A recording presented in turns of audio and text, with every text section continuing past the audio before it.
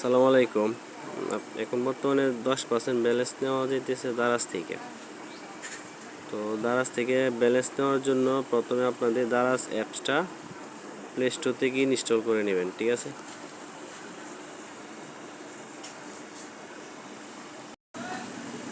Install করার পরে তীর চিহ্নতে ক্লিক করবেন।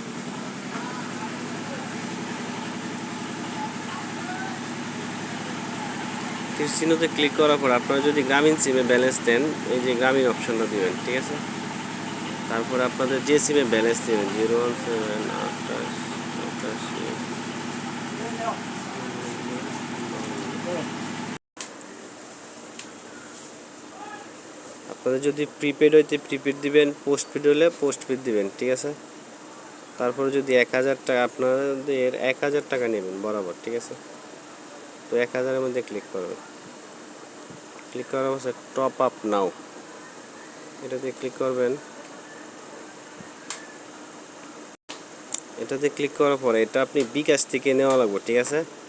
নগদে কিন্তু হবে না। তো বিকাশ অ্যাকাউন্ট আমার এখানে সেভ করা আছে।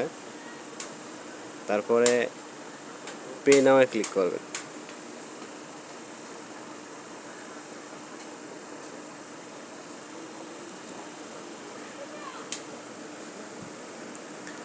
পে নাওয়ে ক্লিক করার পরে এখানে আপনার বিকাশের পিনটা বসাইবেন। তো আমি বিকাশের পিনটা বসানোর জন্য ভিডিওটা হোল্ড করলাম, ঠিক আছে? পিন নাম্বারটা বসায় এখানে কনফার্মে ক্লিক করবেন।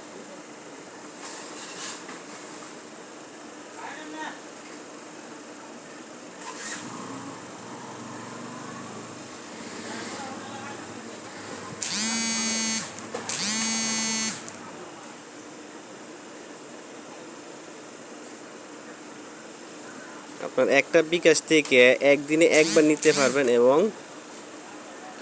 15 তারিখের আগ পর্যন্ত আরেকবার নিতে পারবেন, অর্থাৎ 2বার নিতে পারবেন আপনারা, ঠিক আছে? তো ভিডিওটা আমি হোল্ড করে বিকাশের ভিতরে গিয়ে আপনাদেরকে দেখাবো যে ক্যাশব্যাক পাইছি কিনা, ঠিক আছে? আমি বিকাশ অ্যাপসে লগ ইন করলাম। লগ ইন করার পরে ইনবক্সে ক্লিক করলাম। ইনবক্সে ক্লিক করার পরে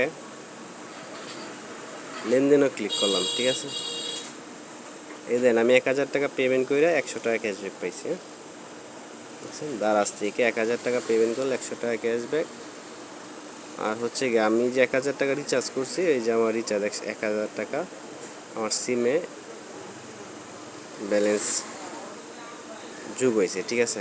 তো আপনারা যাদের ব্যালেন্স লাগে আপনাদের ইচ্ছা করলে বিকাশে সিম থেকে আপনারা 10% ব্যালেন্স নিতে পারবেন, ঠিক আছে?